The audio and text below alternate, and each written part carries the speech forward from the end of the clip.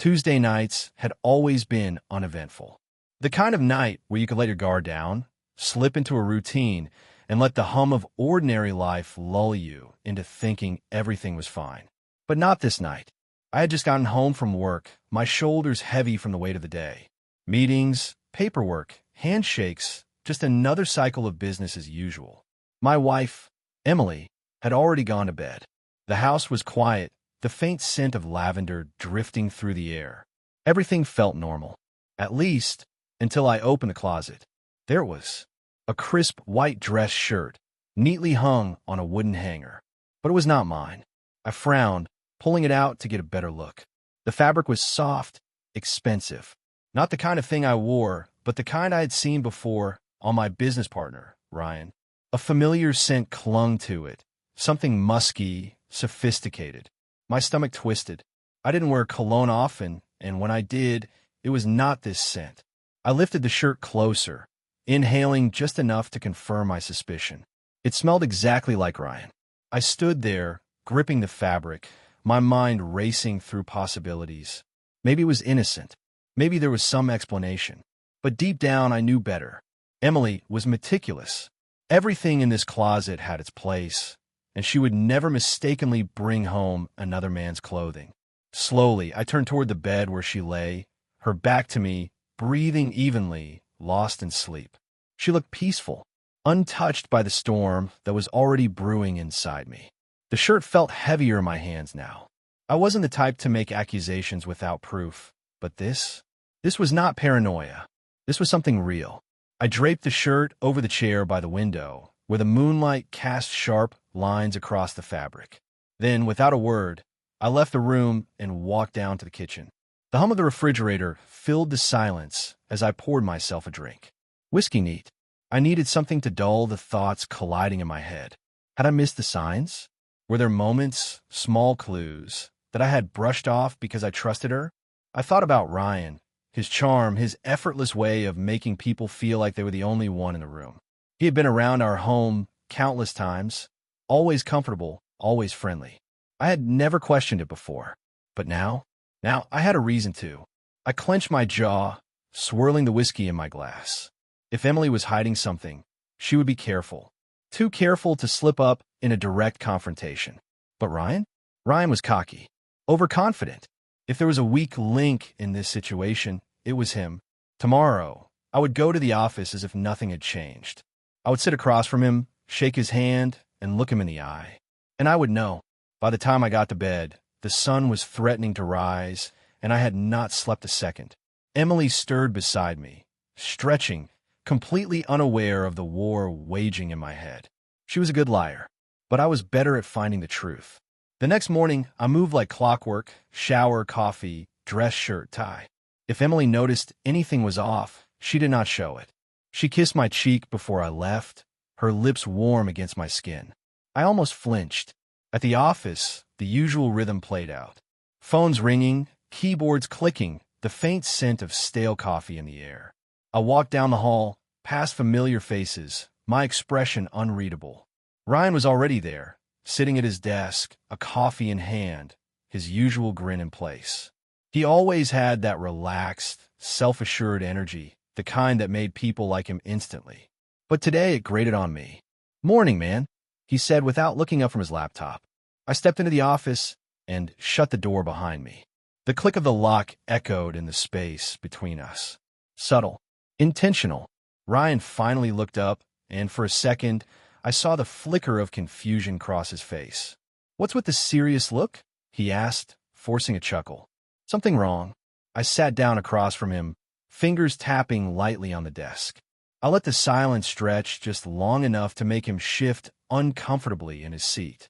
Ryan thrived on easy conversations, but he was terrible with tension.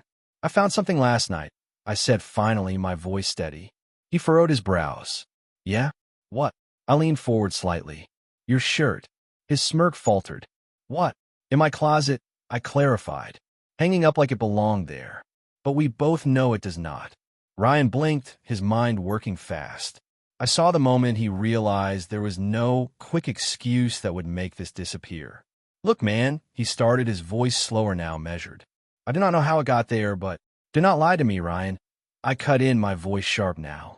Not today. He swallowed, his fingers tightening around his coffee cup. Was it a mistake? I asked, keeping my tone low, steady. Or was it deliberate? The pause stretched too long. That was all the answer I needed.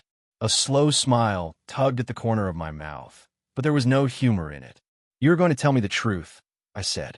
Right now. Ryan exhaled, running a hand through his hair. It is not what you think. I tilted my head. Then explain it to me. Make it make sense. His jaw tensed. He was good at talking his way out of things, but not this time, because I was already 2 steps ahead of him. And I was just getting started. Ryan blinked, just for a split second, before forcing a short laugh. What are you talking about? In my bedroom closet, I said, keeping my tone casual but firm. White, expensive, smells just like your cologne. I leaned back in the chair, watching him closely. Want to explain how I got there? His grin twitched at the edges, the confidence in his expression slipping just enough for me to see the cracks forming. He ran a hand through his hair, pretending to be amused, but the way he avoided eye contact told me everything I needed to know. Maybe Emily borrowed it to wash or something, he said, his voice easy, too easy. She is always helping out when I forget things. I almost laughed. That was the best he could come up with? A weak, half-baked excuse that even he knew sounded ridiculous. I leaned forward, resting my elbows on his desk. Come on, Ryan. We both know that shirt was not left behind. So, let's stop the part where you insult my intelligence and get to the truth. He swallowed hard. His jaw tensed as he tried to think of a way out, but there was none. I had cornered him, and he knew it. Look, man, it is not what you think, he said finally, rubbing the back of his neck. Then tell me. I replied, my voice cold. What exactly am I supposed to think? Ryan exhaled slowly, shifting in his chair. It happened once, he muttered, barely above a whisper. It was a mistake. We were drinking, and one thing led to another. I swear it meant nothing. The words landed, but they did not break me. They only fueled the fire already burning inside me. A mistake? No. You do not accidentally end up in another man's home, in another man's bed. I stood up, pushing the chair back with enough force to make it scrape loudly against the floor. You are a liar, I said, my tone deadly calm. You do not sleep with someone's wife by accident. You made a choice. Ryan opened his mouth, but nothing came out. He knew there was no way to talk his way out of this. I leaned over his desk, bringing my face inches from his. Does she know I found the shirt? He shook his head quickly. No, I did not think. Good. I cut him off, straightening up. Do not tell her. Do not warn her. I will handle that myself. Without another word, I turned and walked out of his office, my footsteps heavy against the floor. I did not need any more answers from him. I had everything I needed. The drive home felt both too fast and too slow. My grip on the steering wheel tightened with each passing streetlight. Emily thought she had covered her tracks well. She thought she had control, but she had underestimated me. By the time I pulled into the driveway, I already knew how I was going to handle this. I was not going to accuse her outright. Not yet. No, I needed to see just how deep the deception went. I stepped inside the house, closing the door behind me with a quiet finality.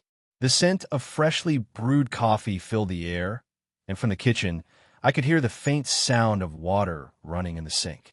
Emily was humming softly. She had no idea. I took my time hanging up my coat, inhaling deeply, letting my mind settle. There was no rush. If I let my anger dictate my actions, she would see it coming. But if I stayed calm, if I played it right, she would walk herself straight into the trap. When I entered the kitchen, she was standing at the counter, rinsing out a coffee mug. Her hair was pulled back, a few loose strands framing her face. She looked comfortable, at ease, a picture of innocence. Morning, she said without turning around. Morning, I replied, pouring myself a glass of water. I watched her carefully, searching for any flicker of hesitation, any sign that she felt the weight of her own lies. How was work? She asked, drying the mug with a towel. I took a sip of my water, letting the silence stretch between us. Productive, I said finally. Had an interesting conversation with Ryan. Her hand stilled for a fraction of a second before she continued drying the mug. Most people would not have noticed, but I did. That tiny pause was all I needed. Oh, she said, turning to face me with a casual smile. What about? I studied her, letting the seconds tick by. We talked about the shirt, I said. Her expression did not change. If anything, she looked amused. What shirt? I almost wanted to applaud her composure. Most people would have panicked, stumbled over their words, tried to change the subject. But Emily? She acted like I had just mentioned the weather. I leaned against the counter, tilting my head slightly. The one I found in our closet last night. The one that smells like him. For the first time, her smile flickered. It was brief, just a half-second lapse, but I caught it. I do not know what you are talking about, she said, shaking her head. You must be mistaken. Mistaken. That was the word she chose. Not confused. Not paranoid. Mistaken. She was testing the waters, trying to gauge how much I knew. I smirked, taking another sip of water. That is funny, I said, setting my glass down. Because Ryan seemed to remember it just fine. She stiffened just barely but enough. I stepped closer, my voice softer now, more controlled. Try again, Emily. Her lips parted slightly, but no words came out. For the first time since I had walked into the kitchen, I saw it, the fear creeping into her eyes. And I knew, without a doubt, that she was guilty. The one hanging in our closet, I repeated, my voice calm but firm. The one that smells exactly like Ryan's cologne. Emily tilted her head slightly, like she was trying to recall something unimportant. Oh, that. She let out a small chuckle. I meant to tell you. He left it here the last time he stopped by. I was going to give it back, but forgot. Her lie was smooth. Too smooth. If I had not spoken to Ryan earlier that morning, I might have hesitated. But now I saw it for what it was, a well-rehearsed excuse designed to keep me in the dark. You mean the shirt he wore the night you two were drinking and having a good time? I asked, my voice hardening. That caught her off guard. Just for a second, her fingers tightened around the coffee mug. But she recovered fast. She lowered the mug, folded her arms, and met my gaze with something closer to mild irritation than guilt.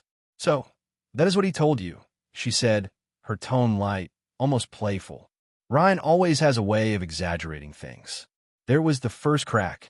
She was not denying it. She was minimizing it, trying to make it sound like nothing. I took a step forward, closing the distance between us.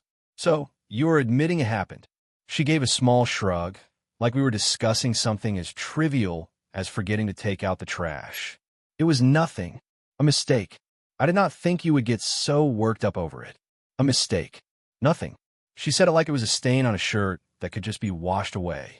The casual way she spoke, the complete lack of remorse, only fueled the fire burning inside me. But I kept my face neutral. I was not going to let her see just how deep the knife had cut. You did not think I would get worked up over you sleeping with my business partner? I asked, my tone quiet but sharp. Emily sighed, brushing a loose strand of hair from her face. You are blowing this out of proportion, she said with a sigh. It did not mean anything. It was not planned, and it is not like I am leaving you for him. Her complete lack of an apology was staggering. No regret, no shame, not even a flimsy attempt at damage control. She was not sorry. She was just annoyed that I had found out. You really think this is just going to disappear? I asked, my fingers gripping the edge of the counter. It could, she said with a small, knowing smile. If you let it. I almost laughed. The arrogance in her voice, the way she dismissed it as if it were my choice whether or not to care. It was almost impressive. And you think I'm the kind of man who lets things like this slide? I asked, tilting my head slightly. She did not answer immediately. Instead, she leaned back against the counter, her eyes locked onto mine with infuriating ease. I think you are a smart man, she said, and I think you know that we have a good life. So, why ruin it over something that does not really matter? Her words were deliberate, sharp, like little needles designed to test my reaction. She was not begging me to forgive her. She was daring me to leave. But I was not going to give her that satisfaction. Not yet. I pushed off the counter and walked into the living room, leaving her standing there with that smug little smile. She thought she had won this round, that I would back down, bury my anger, pretend it never happened. But she had no idea. This was not over. Not even close. I sat on the couch in the living room, staring out the window as my mind turned over every detail. Outside, the world moved on, oblivious. Cars passed by. The neighbor walked his dog. Somewhere in the distance, a child laughed. It was all so normal. But inside this house, something had snapped. Emily had underestimated me. She thought I would react like most men, get angry, throw accusations, demand apologies. She thought she could handle me. But I had spent years in business, closing deals with people who smiled to your face while they planned to stab you in the back. I knew how to play this game better than she did. Losing my temper would do nothing. Winning, however, that was a different story. I pulled out my phone and scrolled through my contacts until I found a name I was looking for. Mark, our financial advisor. He was not just a numbers guy. He was the kind of person who made problems disappear. And today, I was ready to cash in a few favors. Mark, I said when he answered, I need you to do something for me. Quietly. The instructions were simple. I wanted all our joint accounts monitored, any large transfers flagged, and every credit card charge reviewed. If Emily thought she could outmaneuver me financially while I figured out my next move, she was wrong. I was not just looking for a way out. I was looking to take everything with me. Mark did not ask questions. He understood. By the time I hung up, I was already dialing the next number. A realtor. I did not need to sell the house just yet, but I wanted to know my options. If Emily thought she could use this house as leverage, she was mistaken. Everything she had, everything she thought was hers, was tied to me. If I walked away, she would be left with nothing but regret. And then came the hardest call. Ryan. I hesitated, my thumb hovering over his name. Confronting him at the office was one thing, but this was different. This was about control, and I needed to make sure he understood just how badly he had screwed up. I pressed call.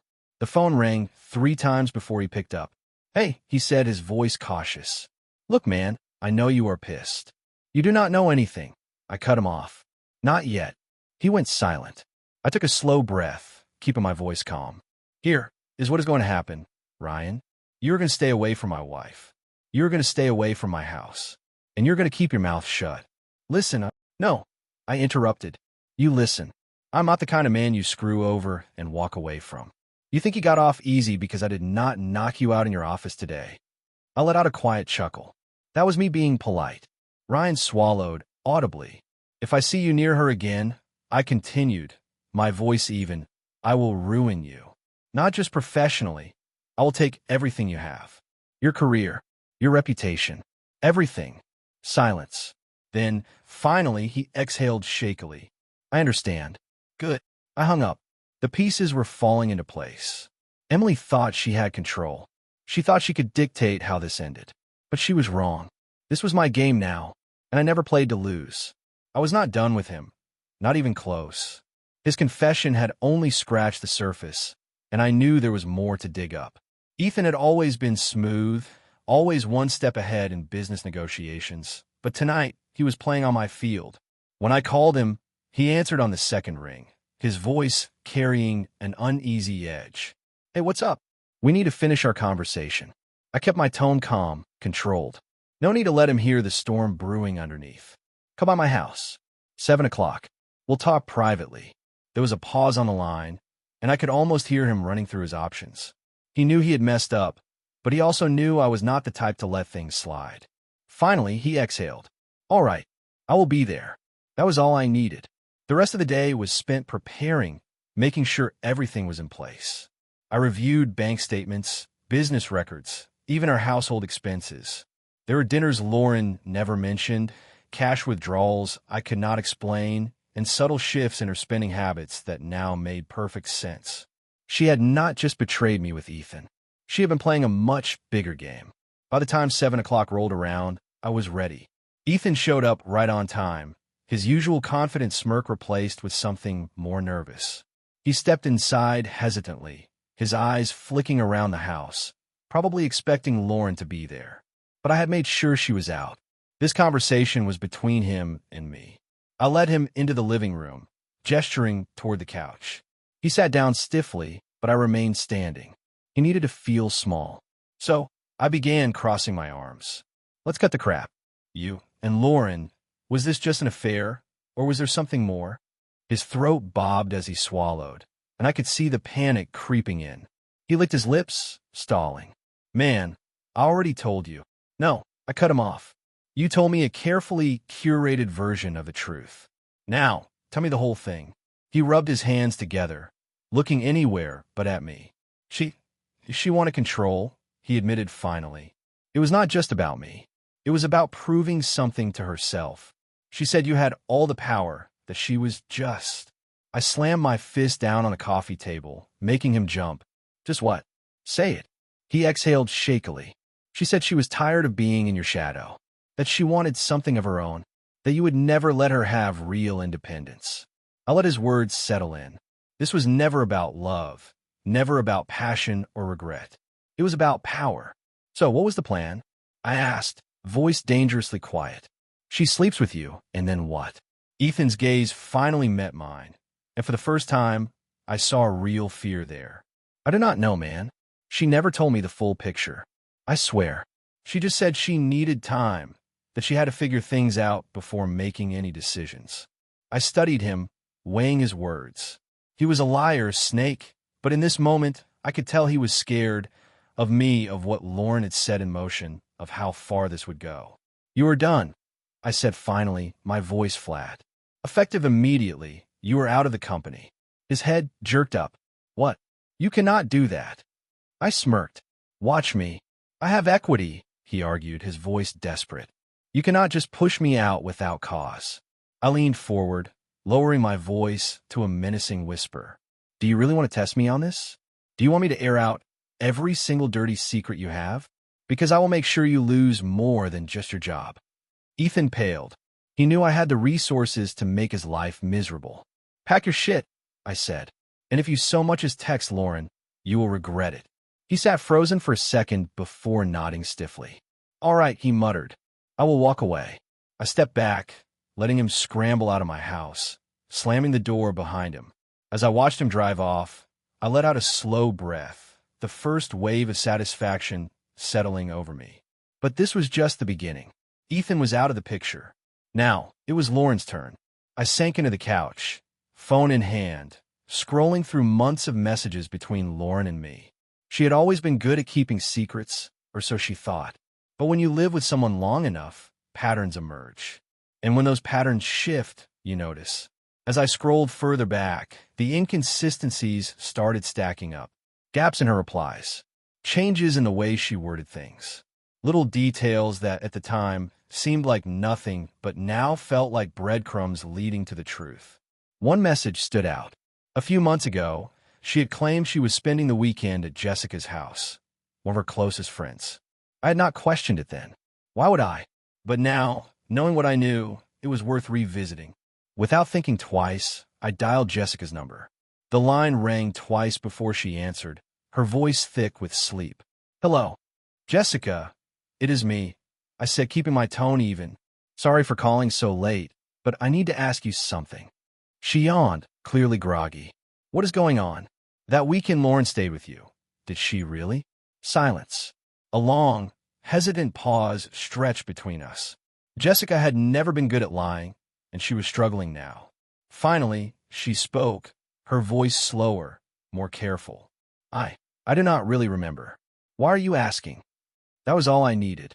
Thanks, Jessica. I ended the call before she could say anything else. Lauren had lied. I still did not know where she had really been that weekend, but I was getting closer. The threads were unraveling, and I was going to keep pulling until the whole thing came apart. I leaned back, gripping my phone tightly. Lauren thought she was untouchable, that she had covered her tracks well enough for me to either forgive her or let it go.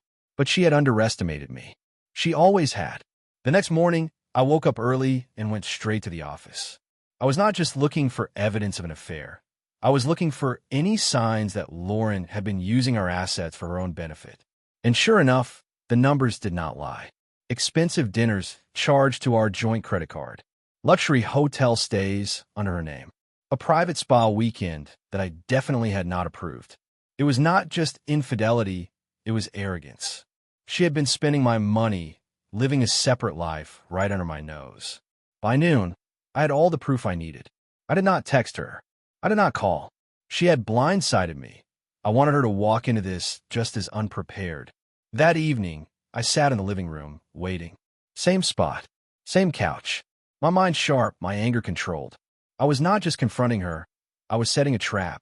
I heard her car pull into the driveway, the low hum of the engine cutting off as she parked.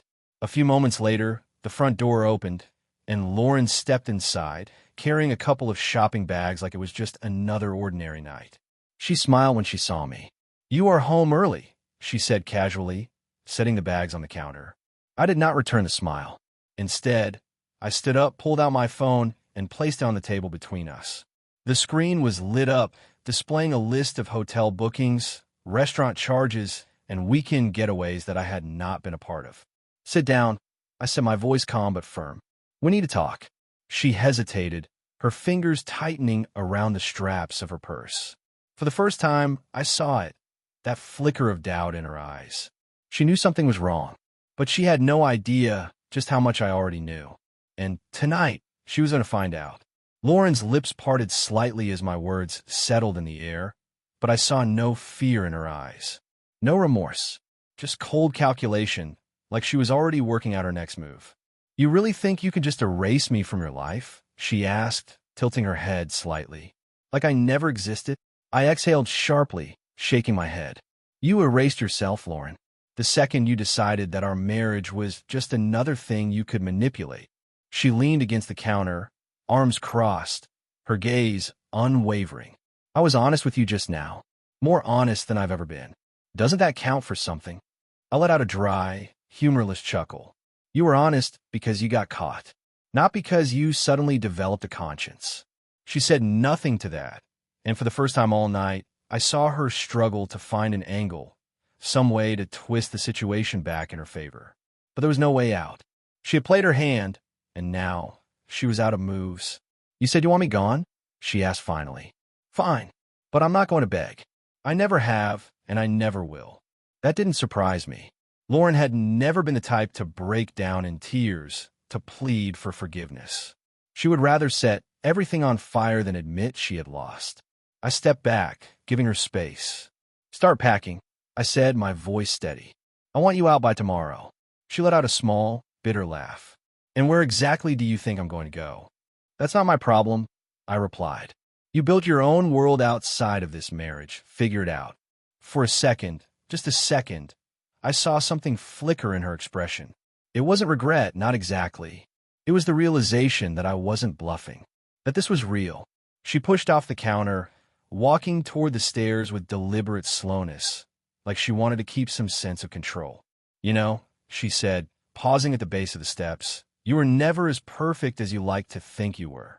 I met her gaze without flinching. "Neither were you." She didn't reply.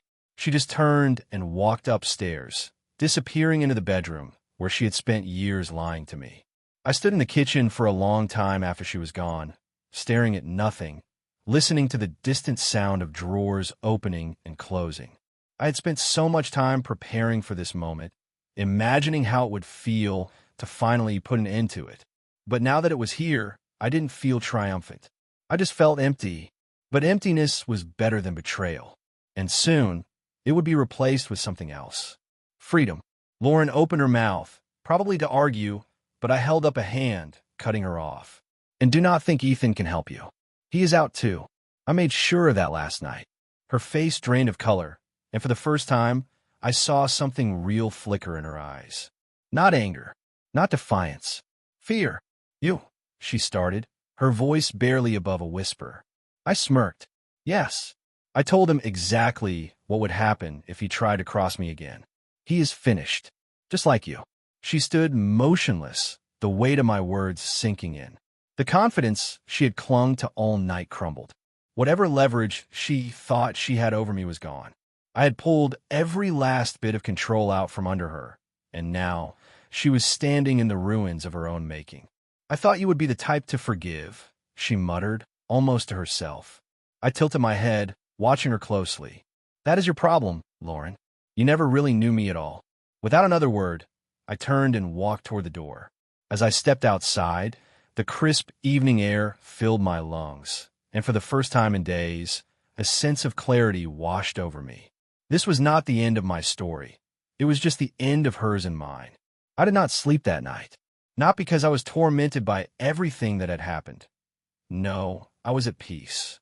More at peace than I had been in a long time. Lauren had packed her things and left just after midnight, dragging her suitcases down the stairs without saying a word. I did not stop her. I did not need to. Her silence was my victory. She had lost, and she knew it. By morning, I had moved on to the next step. I had already locked down the accounts, frozen all joint credit cards, and ensured she could not touch another dime of my money. But there was still one final detail to sort out, one last loose thread that did not quite make sense. I met with Alan again that afternoon. He had been working behind the scenes, tying up legal matters, but when I walked in his office, he was waiting with a document open on his desk, something that made his expression more serious than usual. "You have covered your bases," he said, tapping the folder. "She will not be able to claim much, and if this goes to court, you will have the advantage." I nodded, but as I flipped through the documents, my eyes landed on something that did not sit right. A financial transaction, one that was small enough to be overlooked but in context raised a red flag. A series of wire transfers to a private account. "Who does this account belong to?" I asked, tapping the page. Alan adjusted his glasses, his expression unreadable. "That is what I wanted to talk to you about," he said. "The account belongs to Ethan." I felt my grip on the folder tighten. "She was paying him?" Alan nodded. "It looks like small amounts over time, probably to keep it under the radar. But here is where it gets interesting. The payments did not start until after the affair had already been going on for a while. Almost like she was paying him for something specific." I leaned back in my chair, my mind working fast. Lauren had not just been sleeping with Ethan. She had been paying him. But why? What did he have over her that made her willing to part with her own money? Alan slid another document forward. "We ran a deeper check on Ethan's finances after you told me to dig. He has been drowning in debt for months. Gambling mostly.